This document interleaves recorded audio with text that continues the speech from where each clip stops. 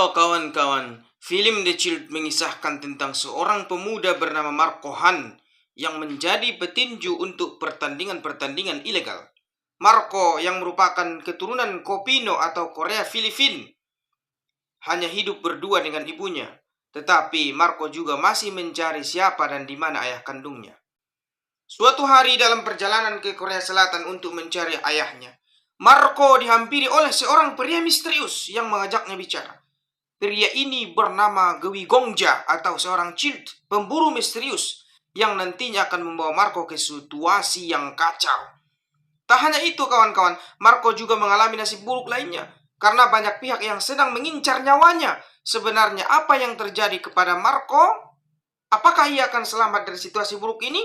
Mari saksikan film The Shield.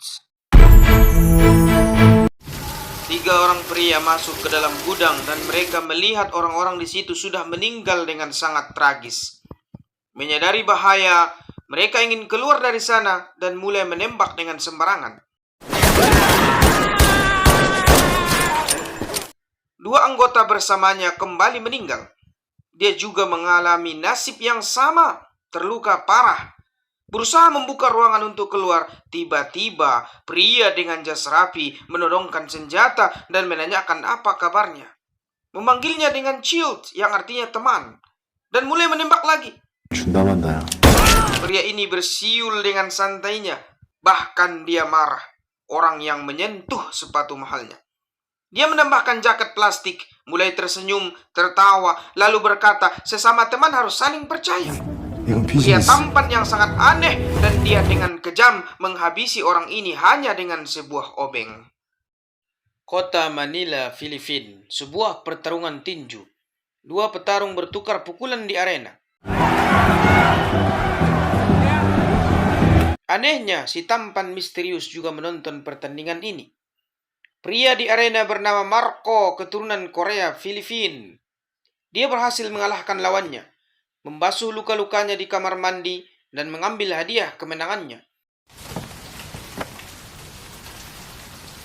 Marco adalah pemuda belia yang tidak memiliki pekerjaan. Ini salah satu caranya untuk mendapatkan uang bertarung di arena tinju setiap minggunya. Di rumah tua inilah dia tinggal merawat ibunya yang sedang sakit. Hanya dialah tulang punggung keluarga sekarang, mencukupi kebutuhannya sendiri dan mencari biaya untuk operasi ibunya. Di sebuah panti asuhan, anak-anak bermain dengan gembira. Panti asuhan khusus untuk anak-anak keturunan Korea Filipin. Anak keturunan ini disebut Kopino, dan tempat ini akan ditutup bulan depan karena tak sanggup lagi membayar sewa rumah. Pak tua ini bernama Gim, pengurus tempat ini. Marco belakangan ini memang sedang mencari jejak ayahnya di Korea dan meminta pertolongan Pak Gim. Tapi Pak Gim belum mendapatkan infonya, lalu Marco pergi dari sana. Marco kadang-kadang juga berjudi bola kawan-kawan, tapi keberuntungannya jelek. Dia lebih sering kalah daripada menang. Pemuda ini bernama Mike. Pria ini menawarkan uang cepat kepadanya. Dia hanya harus membantunya malam ini mengawasi sebuah toko, sementara mereka bekerja. Mike, pekerjaannya memang merampok toko, menawarkan 10% dari hasil jarahannya untuk Marco. Marco akhirnya memutuskan untuk ikut dengan Mike untuk merampok toko. Tugasnya adalah membubarkan orang-orang keamanan dan mematikan listrik di gedung belakang. Mike memberinya pistol dan kunci duplikat gedung. Marco memulai pekerjaannya dan berjalan ke belakang gedung ingin mematikan listrik. Mulai memutar-mutar kunci, tapi pintu tak mau dibuka kawan-kawan, dan tiba-tiba orang-orang menyerangnya.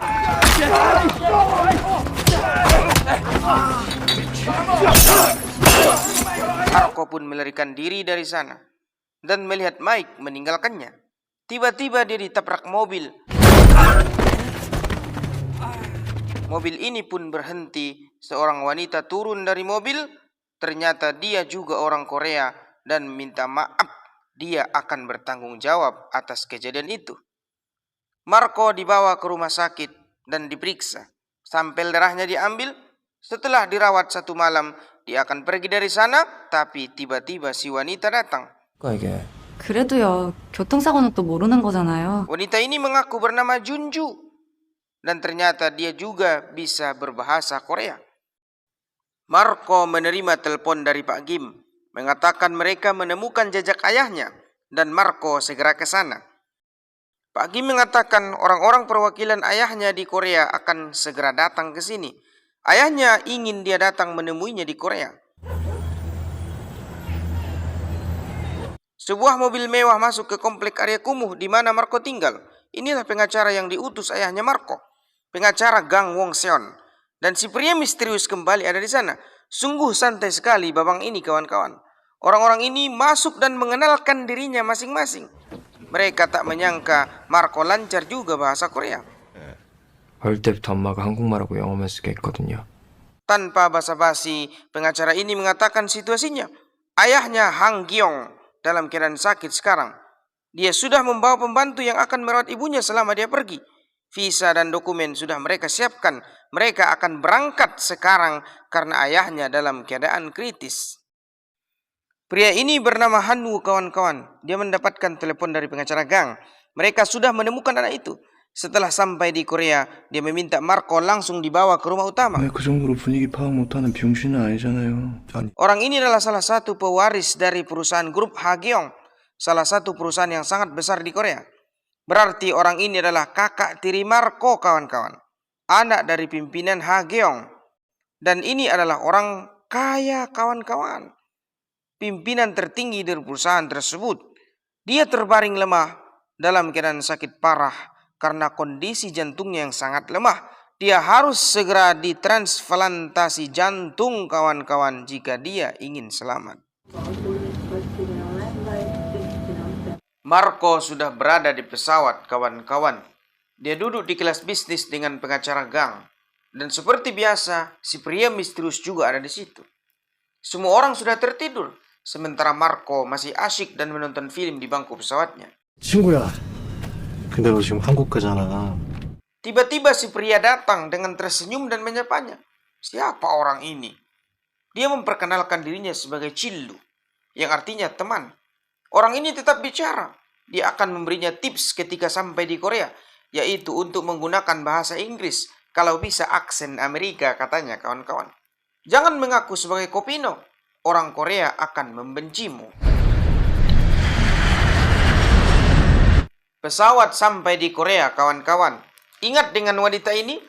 Wanita yang sama yang menabrak Marco di Manila. 와, 우리 오빠 스타일 좋. Yunju. Di sebelahnya ada seorang gadis. Anak dari ketua Hang.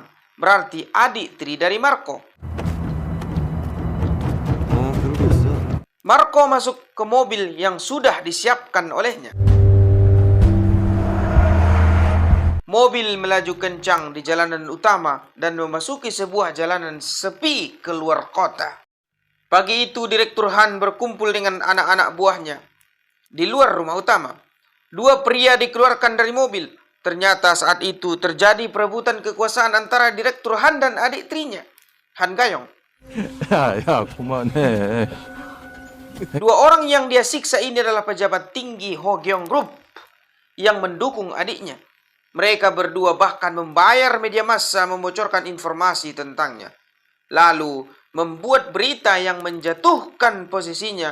Dan dengan sangat kejam dia menghabisi kedua orang tersebut, kawan-kawan. Sungguh terlalu. 다 여기 있어?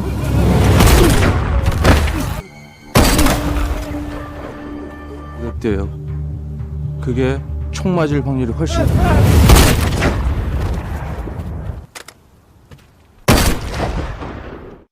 Ada satu rombongan yang datang ke rumah utama.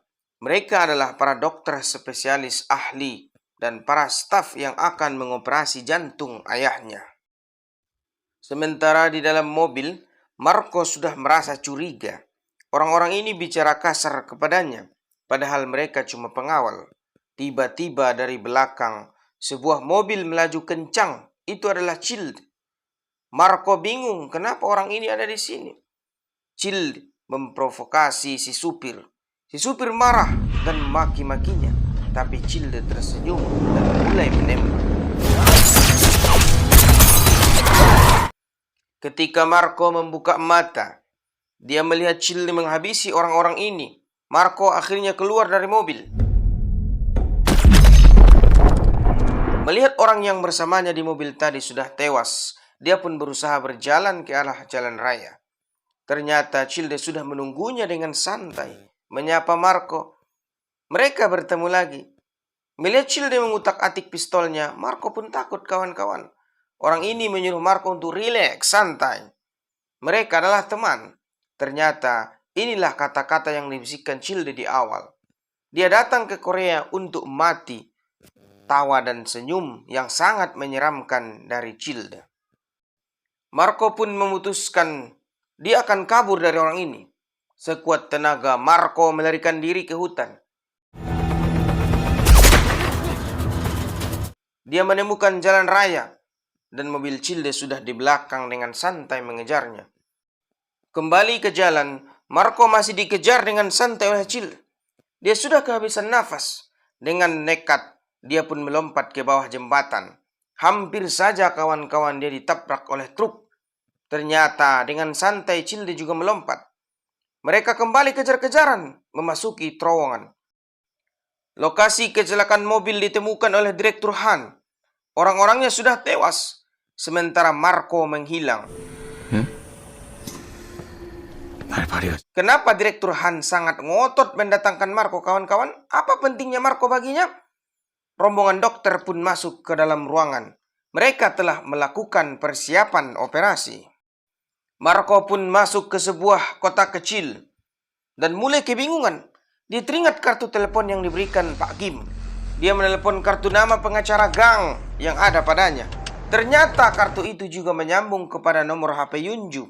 Gadis ini tersenyum dan segera memutar mobilnya.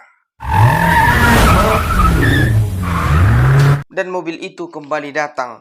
Si pria gila yang mengejarnya tadi. Kejar-kejaran pun kembali terjadi, kawan-kawan. Marco masuk ke area perumahan yang sangat sempit. Childe sangat kesal. Mobilnya nyangkut. Dia keluar dan berteriak-teriak mengejar Marco. Dia adalah profesional. Tak ada target yang pernah lolos darinya. Orang ini sangat benar-benar ahli. Dalam sekejap, dia menyusul Marco. Tapi kembali Childe hanya berniat bermain-main dengan Marco. Kembali dia lolos, kawan-kawan. Kemudian sebuah mobil nampak berhenti. Marco segera naik ke mobil itu. Dan ternyata mobil itu adalah mobilnya Yunju. Marco yang kebingungan menanyakan apa yang terjadi. Barulah dia sadar. Ini gadis yang menabraknya ketika di Manila. Apa yang terjadi sebenarnya? Siapa orang-orang ini? Yunju menyuruhnya santai. Dan Direktur Han berpapasan dengan mobil Yunju. Melihat Marco di dalam mobil, dia pun memerintahkan semua anggotanya mengejar mobil Yunju. Dan mobil Childe menyusup masuk mengikuti di belakang mobil Yunju. Yunju heran. Dia kenal orang ini. Kenapa orang ini ada di sini?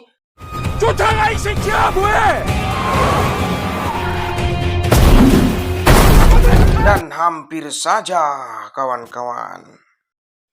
Mobil Yunju pun masuk ke dalam hutan. Berhasil lolos dari Childe dan rombongan Direktur Han. Dari garis ini Marco mendapatkan jawaban atas semua kebingungan ini. Ayahnya adalah Ketua Han Geong, pendiri perusahaan Heong Group, konglomerat terkenal di Korea. Dia sekarang sakit parah dan menderita kelainan jantung. Jadi kenapa dia didatangkan ke sini? Karena kakak sulungnya membutuhkan jantungnya mengganti jantung ayahnya. Saat itulah mobil Childe datang dan menabrak. Memanfaatkan keadaan, Marco melarikan diri dari mobil Yunju. Yunju menembak membabi buta.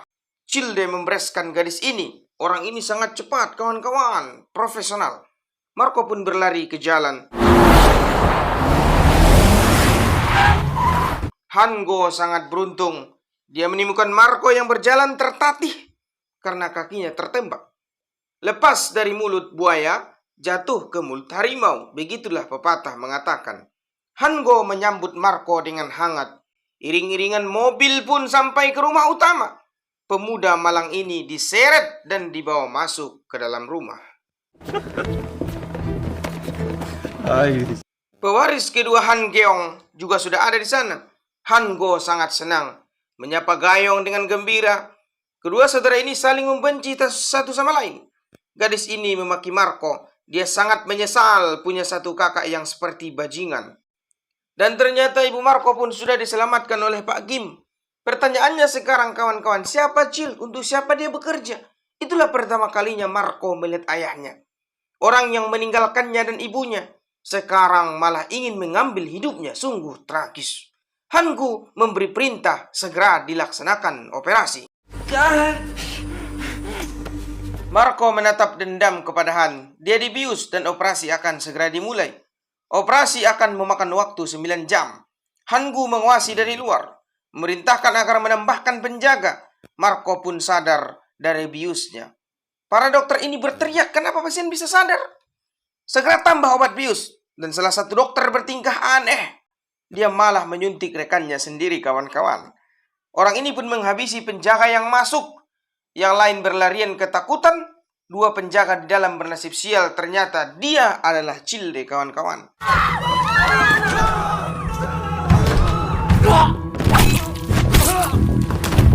Dengan senyuman khasnya, dia membangunkan Marco. Childe menembak dua penjaga di luar.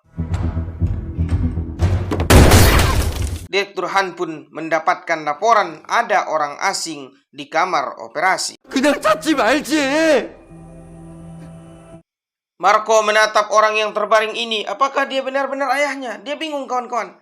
Di dunia ini, ayah mana yang tega mengambil jantung anaknya untuk hidupnya sendiri? Marco pun menangis. Childe berkata, kita tak punya waktu untuk itu. 야, 그 잡종 새끼 절대 죽으면 안 돼, 알겠어? Direktur Han dan seluruh anak buahnya menyerbu dan sudah berdiri di depan pintu. Dia menanyakan siapa yang ada di dalam dan apa yang dia mau. Apakah dia orang yang meminta 10 juta dolar? Childe membenarkan. Childe masih sangat tenang dan mengajak Marco keluar. Dia adalah sandranya. Pintu dibuka dan Hango pun baru pertama kali melihat wajah orang ini. Childe tersenyum dan berkata, jika dia tak ingin anak ini mati, transfer 10 juta dolar sekarang. Tidak ada tawar-menawar. Tapi ada faktor X di sana. Han Yong datang dan membawa pistol. Jika Marco mati, dia yang akan jadi pewaris. Tembakan dilepaskan. Suasana menjadi kacau, kawan-kawan. Baku tembak pun tak terelakkan lagi. 쏘지마, 이 씨발놈들아, 미쳤어! 개새끼야, 뭐 하는 거야, 지금, 자, 어쩔래? Hango memarahi anak buahnya. Bagaimana kalau itu mengenai ayahnya? Childe juga tertembak di kakinya, kawan-kawan. Dia mengeluh seperti anak kecil. Childe di atas angin sekarang. Dengan dua pistolnya, dia mengancam orang tua Han dan Marco. Ayahnya belum mati. Dia hampir kehabisan waktu. Transfer sekarang dan dia akan segera pergi. Dan transfer pun berhasil, kawan-kawan. Childe menyerahkan Marco ke anak buah. Dia langsung dibawa untuk diselamatkan. Tapi anehnya, Childe masih berkata, Marco tidak akan mati hari ini. Percaya kepadanya. Lalu Childe meminta izin. Dia akan pergi sekarang. Tentu saja Hango pun tak terima. Anak buahnya pun menodongkan senjata kepada Childe. Dia tak akan pergi hari ini. Dia boleh kehilangan uangnya, tapi nyawanya harus ditinggalkan di sini. Tapi Childe masih tetap santai dan tertawa. Karena dia seorang profesional dan berteriak. Puluhan orang ini pun meregang nyawa, kawan.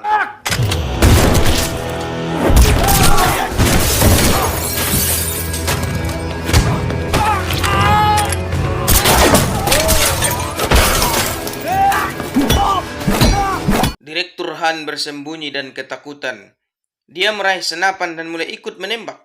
Tapi dia juga mengalami nasib yang sama dengan anak buahnya. Satu demi satu anak buahnya dibantai oleh Chil. Hango tak menyangka bahwa dia seorang profesional yang sangat ahli. Dia terluka parah. Dia tidak menyangka hidupnya berakhir seperti ini. Orang ini meninggal dan Marco menyaksikan betapa barbarnya orang aneh misterius ini. Childe baru sadar kakinya terluka dan meminta Marco memapahnya. Tiba-tiba Childe berhenti dan menyuruh gadis itu keluar. Han Gayong menodongkan senjatanya. Childe menyuruhnya menurunkan senjata. Marco sangat marah. Dia menampar Gayong. Dia tak akan pernah datang lagi ke Korea. Dan dia tak ingin mempunyai keluarga seperti mereka. 얘기했잖아. 이 사람들 Disinilah terungkap bahwa Marco sebenarnya bukanlah anak ketua Han Geong. Dia cuman orang acak yang dimanfaatkan Child untuk memeras orang-orang ini. Hanya karena Kopino yang sedang mencari ayahnya. Inilah twist yang terjadi sebulan yang lalu, kawan-kawan. Alasan Child sederhana, dia sedang sakit. Sebelum dia mati, dia ingin berbuat baik. Pilihan Pak Gim dan Child jatuh kepada Child dan membayar si dokter untuk memalsukan laporan medis, kawan-kawan. Marco tercengang mendengarkan cerita Child. Dia sangat marah dan geram, lalu menyerangnya, kawan-kawan. Child menenangkannya. Dengan uang ini, ibunya dioperasi dan akan sembuh. Dia juga seorang Kopino, katanya. Dia tahu perasaannya. Marco terdiam, tapi yang dia tak mengerti, orang ini sangat gila dengan semua rencana yang tak masuk akal. Dan yang lebih gila lagi ialah dia berhasil. Orang ini benar-benar profesional sejati. Han Geong menyuruh mereka pergi. Sebentar lagi polisi akan datang. Panti asuhan Pak Gim di Manila dibangun ulang. Operasi ibunya Marco berjalan dengan lancar. Ibunya akan segera sembuh. Dan film ini pun berakhir, kawan-kawan. Sebuah film yang sangat menarik.